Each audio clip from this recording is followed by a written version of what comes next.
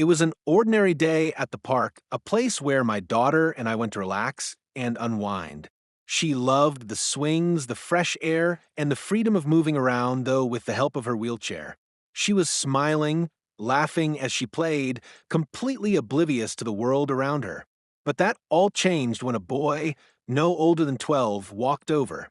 His eyes were filled with a look of anger that I couldn't comprehend. He stood right next to my daughter, and before I could react, spat on her.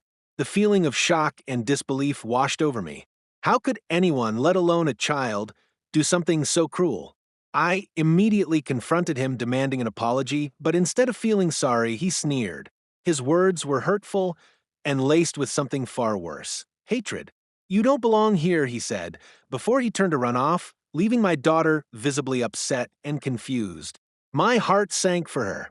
It was the kind of racism you never expect to encounter, especially in a place that should be safe for everyone. But that wasn't the end of it. Moments later, as I tried to calm my daughter down, two police cars pulled up. They weren't there for the boy, the one who had spit on my daughter, but for me. I was arrested on the spot.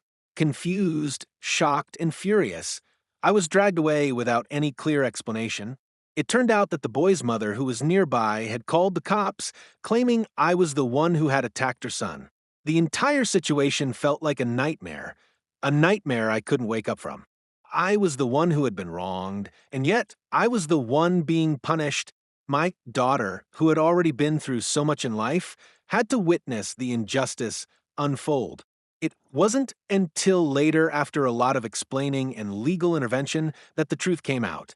The boy was known to cause trouble, and his mother, caught up in the moment, had made a false accusation to protect him.